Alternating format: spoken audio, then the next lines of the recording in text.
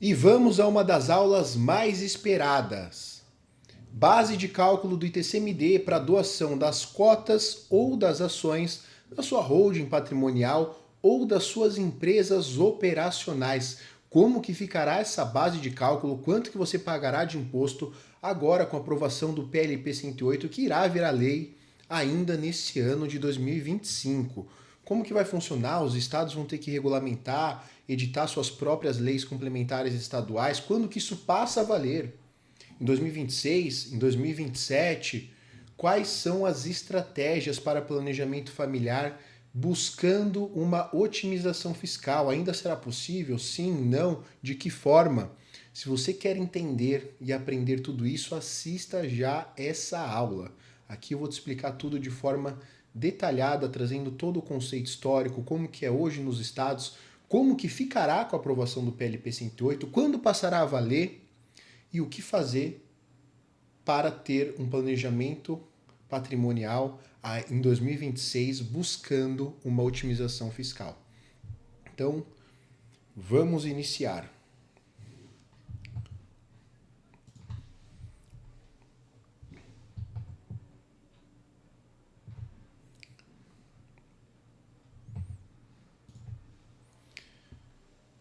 Primeiro ponto que temos que destacar: os estados, eles possuem, resumindo, uma autorização provisória para legislar em matéria de ITCMD, com relação à alíquota, com relação à base de cálculo, com relação a fato gerador. Por quê? Nós não temos hoje, falta, desde a Constituição Federal de 88, falta uma lei complementar federal com as regras gerais, com as regras do jogo. Então, como faltava, e até hoje, essa lei federal, há mais de 30 anos estamos aguardando essa lei federal para regulamentar as regras do jogo, os estados tiveram de maneira transitória o poder e a autonomia de dizer como que seria dentro do seu estado. Por isso nós temos hoje todos os estados e o Distrito Federal com legislações sobre TCMD totalmente diferentes. Cada estado possui as suas regras. Tem estado que avalia valor de mercado, tem estado que é valor contábil, tem estado que é por fluxo de caixa, tem estado que é por aviamento. As alíquotas dos estados são diferentes. Alguns têm alíquota flat, outros alíquotas progressivas, até 8%, até 4%. Então cada estado regulamentou até hoje, da sua forma, por uma autorização transitória, provisória, até que houvesse uma lei complementar federal com as regras do jogo. Que veio a acontecer agora, depois de 30 anos, com o PLP 108, que já foi aprovado e está em fase de virar lei complementar ainda nesse ano de 2025. E essa questão dos estados, de cada um poder fazer aquilo que bem entendia, sempre gerou muita controvérsia e discussões judiciais.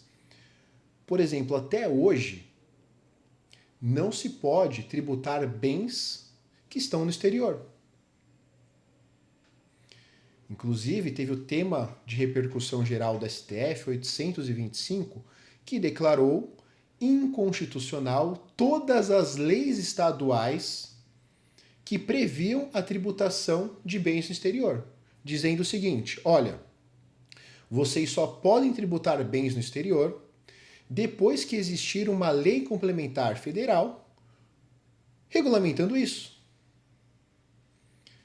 E aí, depois do julgamento do tema 825, todas as legislações que previam isso declaradas inconstitucionais. Em dezembro de 2023, a gente teve a emenda constitucional 132, que falou assim: olha, estados, realmente, enquanto a federação não tiver uma lei complementar federal regulamentando a tributação desses bens no exterior, novamente, de maneira transitória, vocês poderão editar e promulgar leis estaduais para validar essa cobrança e tributação de bens no exterior. O que eles fizeram? Não fizeram nada. Não editaram suas leis estaduais após a emenda constitucional 132 de dezembro de 2023. Porém, cito por exemplo São Paulo, continuou tentando tributar bens no exterior. Teve o caso do Silvio Santos, teve alguns outros casos, e eles foram analisados recentemente pelo STF, em setembro deste ano. O STF disse: olha, Estado, vem aqui, fisco, deixa eu te explicar. O tema 825 declarou que a sua lei era inconstitucional. Por mais que a emenda constitucional 132 de dezembro de 2023 tenha autorizado de maneira transitória essa cobrança, era sua obrigação ter editado uma nova lei. Uma lei declarada inconstitucional não volta à vida. Ela é inconstitucional, ela não existe mais. Então, se você queria ter tributado bens no exterior, você deveria ter editado uma lei após a emenda constitucional 132. E você não fez. Então, você não pode ainda tributar bens no exterior. Ainda. Porque agora o PLP 108 vai regulamentar isso de forma definitiva e os estados serão obrigados a editarem e promulgarem as suas leis estaduais para estar em consonância com aquilo que vier no PLP 108. Então, todos os estados vão ter que editar suas leis estaduais para que possam cobrar e exigir e tributar aquilo que está previsto no texto do PLP 108. Como que funciona hoje a base de cálculo do ITCMD para explicar para vocês? Vou dar o exemplo do estado de São Paulo. No estado de São Paulo, a legislação estadual do ITCMD prevê que a base de cálculo da doação de cotas ou ações será o valor patrimonial. Os contribuintes interpretaram essa lei dizendo que era o valor patrimonial contábil. O fisco sempre disse que era o valor patrimonial ajustado, valor de mercado. E essa discussão foi parar no Tribunal de Justiça de São Paulo, que interpretou que seria o valor patrimonial contábil. Por quê? Porque eles interpretaram assim. Então, hoje, dentro do Estado de São Paulo, o entendimento histórico, com base nas decisões do TJ de São Paulo, é que a base de cálculo é o valor patrimonial contábil. Houveram ali diversos recursos especiais, a maioria inadmitido, não conhecido. Temos hoje no STJ o tema 1371, que eu vou falar mais adiante dele, mas já para levantar essa pulga atrás da orelha. Então isso era em São Paulo. No Mato Grosso do Sul, por exemplo, no Mato Grosso, por exemplo, tivemos agora em 2024 uma mudança da lei. E passou a prever expressamente que a base de cálculo seria o valor contábil para doação de cotas ou ações. Valor contábil, está lá expresso na lei, não tem margem para discussão. Isso com relação à base de cálculo. Eu cito lá, por exemplo, o Mato Grosso do Sul, que está com uma promoção de TCMD de 30% para quem fizer doação ainda nesse ano. Pernambuco está com a Black Friday lá imperdível, a alíquota de TCMD lá, a alíquota é 8%, com desconto, pagamento à vista, está 1,8% para fazer até dia 31 de dezembro de 2025. Isso falando com relação à base de cálculo, tá? Além disso, a gente tem a questão da discussão das alíquotas, porque cada estado sempre pôde determinar qual que seria a sua alíquota, respeitando, obviamente, o teto estipulado pelo Senado Federal, que hoje em todo o Brasil é 8%. Então você vai ver aí, provavelmente na internet, um bando de sabe nada falando que o ITCMD é 20%, 21%, 25%, 30%, isso não existe. O teto do ITCMD, território nacional, é de 8%. Existe um projeto no Senado Federal, o PSR 57 de 2019, projeto de resolução, que está sem andamento desde 2019, que sim, pretende elevar a alíquota de TCMD para o teto de 16%, mas não existe nada que demonstre que isso caminhará, seja a médio ou curto prazo.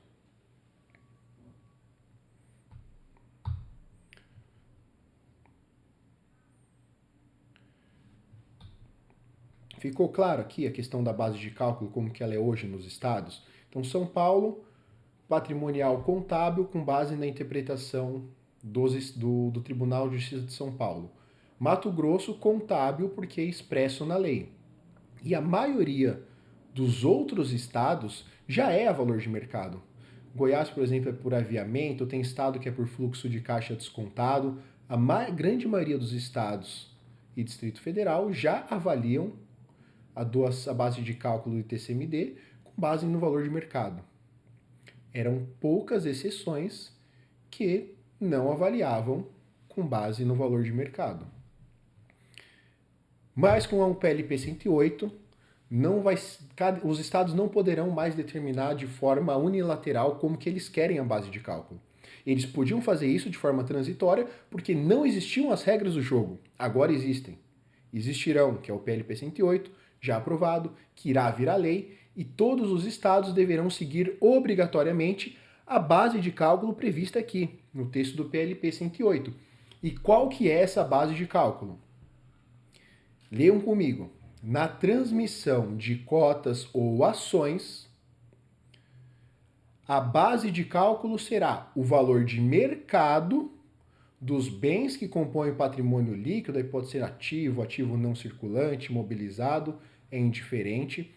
E o que é isso? Eu tenho uma holding patrimonial com 10 imóveis. Esses 10 imóveis no meu imposto de renda, eles totalizam 2 milhões de reais. Só que o valor de mercado deles é 30 milhões. Então, a base de cálculo não será os 2 milhões pelo qual eu integralizei. Será o valor de mercado de 30 milhões. E aí tem um possível problema, porque a avaliação do fisco sempre é acima do que realmente vale. Eu tenho um imóvel que no meu imposto de renda está 1 milhão, que se eu for vender hoje o valor de mercado dele é 3,5, mas o fisco avalia por 7. Ah, é 7, fisco. Então vende o imóvel. Vende o imóvel por 7 que eu pago o que você quiser de imposto. Pergunta se vende. Não vende, porque não é o valor de mercado. É o valor de mercado da cabeça do fisco que eles criam. Então a gente vai ter essa problemática, mas ainda é menos gravosa do que a segunda parte, porque além dos bens avaliados, os bens tangíveis avaliados a valor de mercado, será acrescido do fundo de comércio. Fundo de comércio são bens intangíveis. Qual é o valor de um bem intangível? Se o fisco não sabe avaliar o valor de um bem tangível, ele joga lá em cima a avaliação, como que ele vai avaliar um bem intangível? Baseado numa expectativa de rentabilidade futura, fluxo de caixa descontado. Ué, não tiramos do texto do PLP 108 o fluxo de caixa descontado, porque na primeira versão do texto do PLP 108 constava lá que a avaliação seria pelo valor de mercado, inclusive pelo fluxo de caixa descontado. Ué, isso caiu do texto, mas manteve o fundo de comércio. E uma das formas de avaliação do fundo de comércio, se não a principal delas, é pelo fluxo de caixa descontado. Isso eu estou falando de empresas grandes, já tem uma governança, já tem uma estrutura, tudo bem, vai conseguir avaliar. Mas se eu estou falando do Zezinho ali da esquina, que tem a empresa dele familiar, que ele, Zezinho, é a empresa. Ele fatura lá 30, 40 mil por mês porque é ele, é o rosto dele, ele que sabe tocar o negócio, ele que sabe fazer as coisas. Se amanhã Zezinho não estiver mais lá, essa empresa provavelmente não vale nada, não vai faturar nada. Ou vai acabar em 3, 6 meses. E aí, se o Zezinho falecer e essa empresa for para o inventário, aí o fisco vai avaliar o fundo de caixa, pô, 40 mil por mês, vamos projetar isso daqui, fluxo de caixa descontado, 5 anos para frente, o que vai ser totalmente injusto e abusivo, porque a empresa não vai mais faturar nada, quiçá vai existir. Por quê? Porque Zezinho não existe mais. Fora a questão da subjetividade, se já é difícil o fisco avaliar um bem tangível que está lá construído, imagina um bem intangível.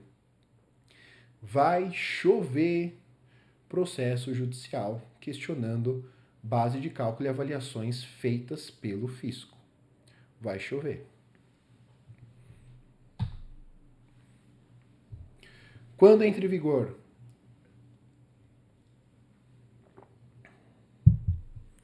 Vocês sabem?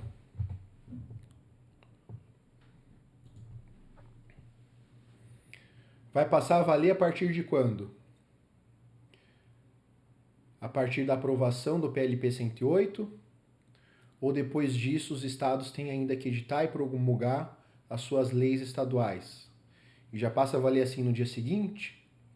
Tem que respeitar anterioridade ânua, anterioridade nonagesimal.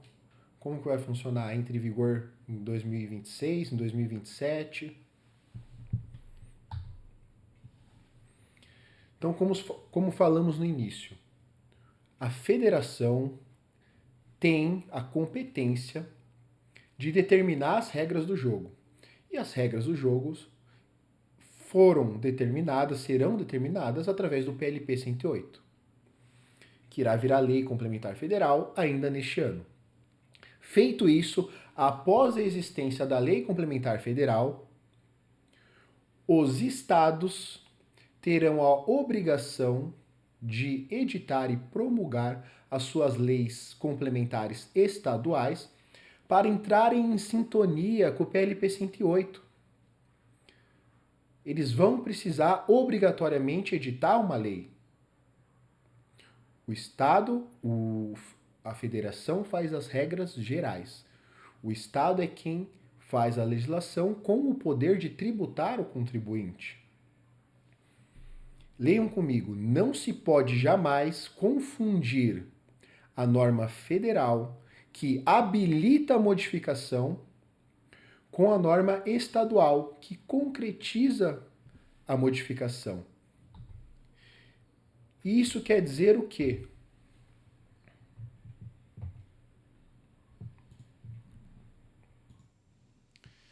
Isso quer dizer que se os estados não editarem e promulgarem suas legislações estaduais, se adaptando ao texto do PLP 108 ainda em 2025, eles não poderão utilizar aquela base de cálculo e as regras que estão lá no PLP 108 em 2026. Coisa boa, né? Mato Grosso, por exemplo, continua com o valor contábil por 2026 inteiro. São Paulo, por exemplo, continua com o valor patrimonial contábil, dado a interpretação do TJ de São Paulo por 2026 inteiro.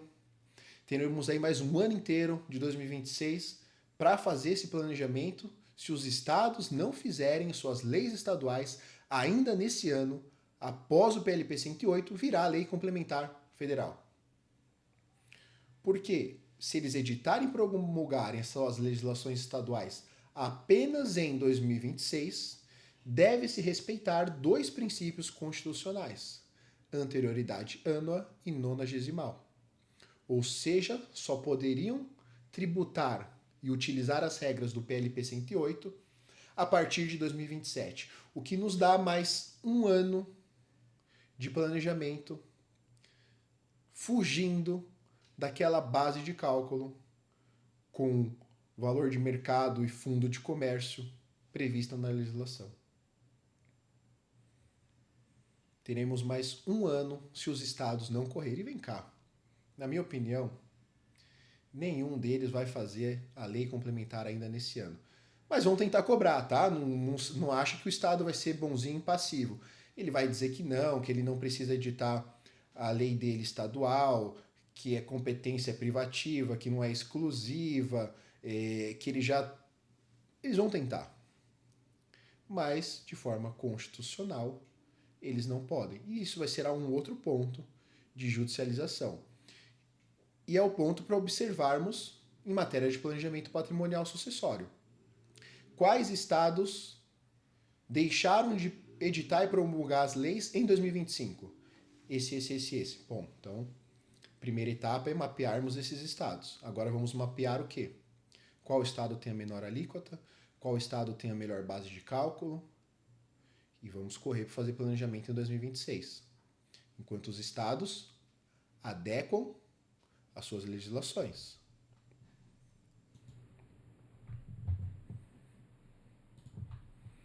Agora, se tiver estado que ainda em 2025 edite e promulgue uma lei para entrar em sintonia com o PLP 108, em 2026 eles já poderão aplicar. É isso que nós temos que acompanhar agora.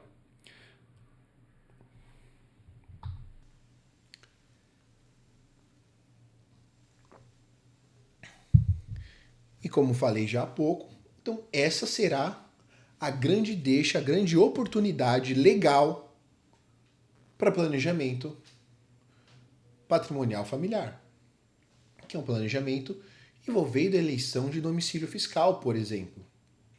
Então, os estados que promulgarem leis em 2025, a gente já descarta, porque em 2026 eles poderão cobrar com base no texto do PLP 108. Os que não promulgarem lei em 2025 já entra na nossa lista de favoritos para 2026. Então pegamos ali 2026, todos os estados que não fizeram as leis complementares estaduais em 2025. Beleza. Agora vamos lá. De novo, repetindo, qual é a base de cálculo de cada um desses estados? Qual é a alíquota de cada uma desses estados? Porque por mais que o PLP 108 determine uma obrigação de todos os estados terem a mesma base de cálculo, a alíquota não. A Constituição Federal obriga que os estados tenham alíquotas progressivas, mas não que cheguem no teto, que hoje é 8%. E aí continua a guerra fiscal. São Paulo, por exemplo, tem 2 projetos para referentes a alíquotas. Hoje o estado de São Paulo é 4%. Flat. Vai ter que se adequar. Por quê? Porque é obrigatório a alíquota progressiva. E no PL 7 de 24, que está lá previsto, seria a alíquota de 1 a 8. 8 é o teto hoje estipulado do Senado Federal. Mas, por outro lado, tem o projeto 409 de 2025, que prevê uma alíquota progressiva de 1 a 4, enquanto a maioria dos estados vai até 8. Então estão todos os estados já regulamentados, vamos supor, estamos aqui no futuro, todos os estados já regulamentaram o PLP 108 e todos têm a mesma base de cálculo. Aonde que eu vou fazer planejamento? No estado que tem alíquota de 8 ou no estado que tem alíquota de 4? Ou no estado que está com Black Friday, lá em Pernambuco, que está com a alíquota de 1,8. Ah, mas é fraude mudar o domicílio fiscal. Não, mas tem que ser uma estrutura bem elaborada. O próprio texto do PLP 108 admite, consta lá no texto dele, que presumir-se-á o domicílio fiscal do contribuinte aquele declarado no imposto de renda.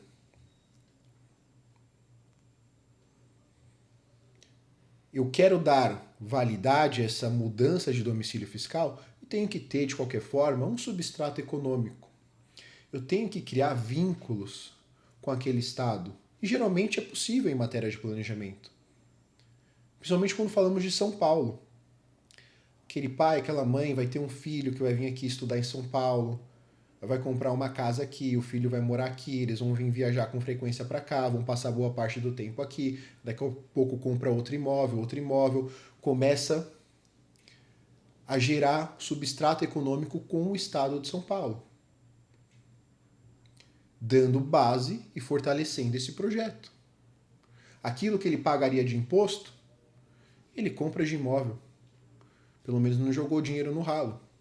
Investiu em patrimônio no estado que ele elegeu para fazer o domicílio fiscal dele. Então, 2026 será o ano de planejamento, principalmente com base em domicílio fiscal. Aí, gente, planejamento que seja crível, que seja legal. Não aquelas besteiras que falam na internet, de 3 células, de castelo invisível. Puta, pelo amor de Deus. Tá? Isso aí, você pega lá a questão de 3 células, pega o o site do Cefaz do Rio Grande do Sul, pega a matéria da Folha de São Paulo, pega o evento que vai ter lá agora no Mato Grosso do Sul, reunindo todos os fiscais do Brasil. Vão tudo falar de 3 células. Já estão tudo implementando e fiscalizando esse sistema extremamente fraudulento, sem propósito negocial. Risco do ágio interno, simulação de toda estrutura, é uma aberração. Volte a algumas aulas, que tem uma aula específica que eu falo sobre 3 células, tem um artigo específico que eu falo sobre 3 células, deixa aqui no comentário que eu te encaminho. Fuja dessa cilada. Fuja dessa cilada. Qualquer dúvida, quando você ouvir falar de 3 células, deixa aqui no comentário que eu te explico. Qualquer dúvida. E Castelo Invisível é outra palhaçada também que dizem. Tá? Não existe invisibilidade. Aliás, existiu. Lá nos anos 90 existia invisibilidade dentro de uma sociedade anônima. Por quê? Por que existia invisibilidade numa sociedade anônima? Ações ao portador, aqueles papéis, não tem papel aqui, que a gente vê em filme, que quem tem o papel tem a ação. E ninguém sabe com quem que está o papel. Aí no dia de receber os dividendos, você vai lá na tesouraria da SA, apresenta o papel e recebe os dividendos. Sim. Mas desde a lei de identificação do contribuinte dos anos 90, não há que se falar em invisibilidade. Puta falácia. Falácia. Não existe mais ação ao portador. E por mais que você faça uma doação de ações de uma SA, ao invés de doação de cotas de uma limitada, você tem que declarar. Isso vai estar nos documentos contábeis, vai estar no livro de ações da SA, porque a limitada você faz a doação das cotas pela junta. A SA você faz a doação das ações pelo livro da SA, que, diga-se de passagem, hoje é um livro eletrônico. Vai estar lá nos documentos contábeis da própria SA, declaração de imposto de renda do doador, do donatário. Então não existe invisibilidade. Não caiam em contos de 3 células e de Castelo Invisível e de SA que não paga imposto. Por favor.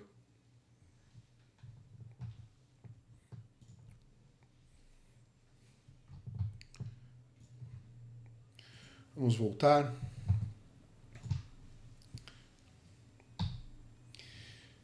Como tinha falado no começo, o tema 1371 do STJ. O que esse tema nos traz? Sempre houve muito debate com relação à base de cálculo do TCMD, principalmente por São Paulo. E um recurso especial do Estado de São Paulo, 2 na verdade, foram afetados pelo STJ como tema repetitivo. E esse tema repetitivo irá avaliar a possibilidade do fisco arbitrar a base de cálculo do ITCMD. Mesmo que a lei dele não fale isso. E aí pode se tornar um grande problema. Esse julgamento desse tema 1371 foi iniciado no dia 8 de outubro, agora de 2025.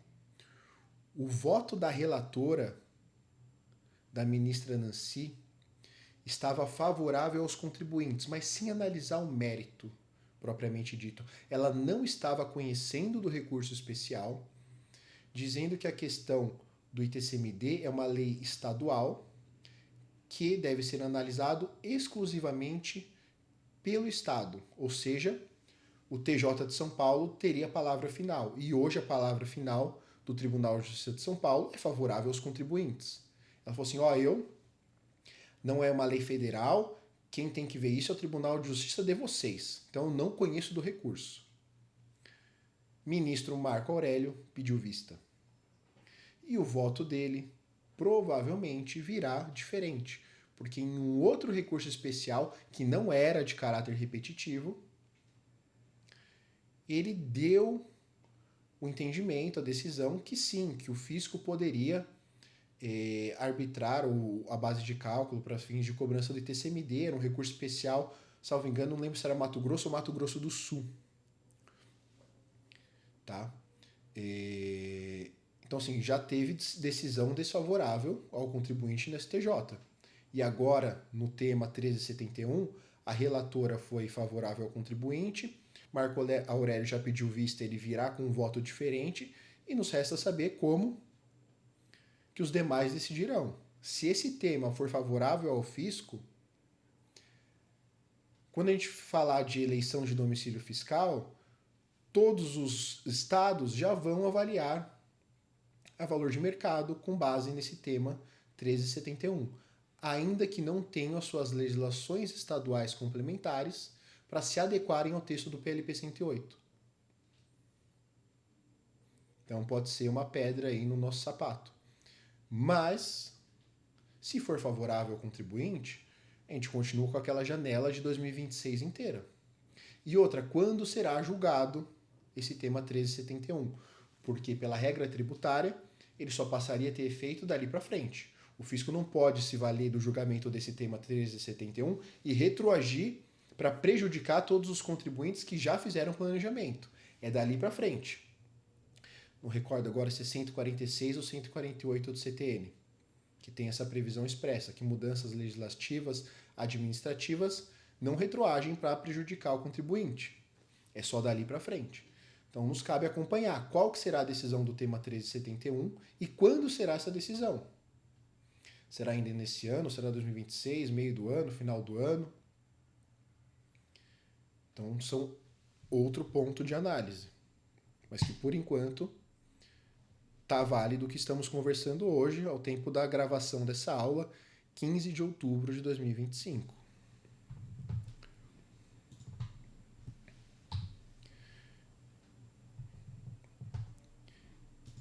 Existem outras estratégias de planejamento, senão a doação das cotas ou das ações?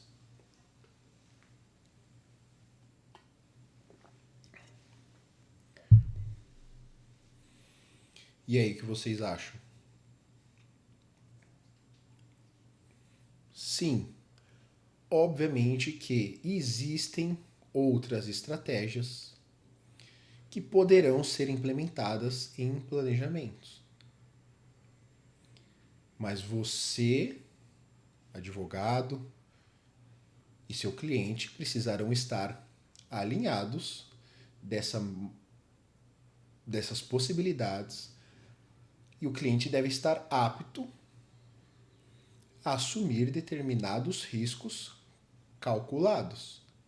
Matriz de risco, prós e contras, topo, não topo, carta de conforto, está ciente de que aquilo pode eventualmente cair em uma fiscalização e que ele aceita as regras do jogo. Geralmente quem tem um perfil mais arrojado. E quando eu falo de estratégia mais arriscada, de novo, não estou falando de 3 células, de castelo invisível, porque isso é certeza que vai dar errado. E que o prejuízo será muito maior. Estou falando de operações estruturadas, com propósito negocial. Que sim, é possível estruturar, é possível trazer uma credibilidade, uma plausibilidade. Mas que, obviamente, eu não vou dizer aqui na internet. Se você prenda uma coisa, o peixe morre pela boca. Se você quer que uma coisa dê certo pelo maior tempo possível, fique quieto. Senão vai subindo o alerta dos fiscos e eles começam a implementar operações para cruzar dados e fiscalizar. Mas o caminho correto sempre será doação e pagamento do ITCMD.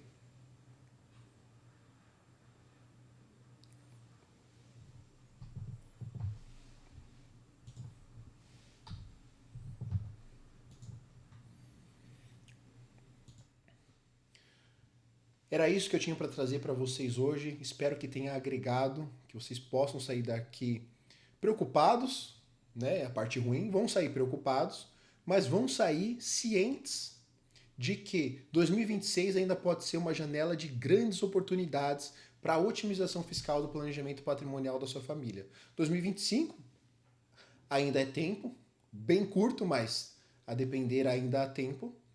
E se você não conseguir em 2025, 2026 você terá essa possibilidade de otimização fiscal, terá mais desafios, você terá um fisco que tentará cobrar, terá que fazer defesa eventualmente, mas constitucionalmente você estaria respaldado com relação aos estados que não promulgarem suas leis estaduais ainda em 2025. E fazendo um planejamento correto, com domicílio fiscal, com substrato econômico, buscando um profissional experiente que consiga te instruir, te entregar um planejamento adequado, você ainda terá uma grande janela em 2026. Por último e não menos importante, para ficar repetitivo, fuja de 3 células, fuja de Castelo Invisível, fuja de Holding SA, que não paga imposto. Isso não é planejamento, isso é conto de fadas, isso é tentativa de mágica, isso é para te enganar, para te vender uma coisa, pôr dinheiro no bolso e depois o prejuízo é seu. Obrigado, gente. Um abraço.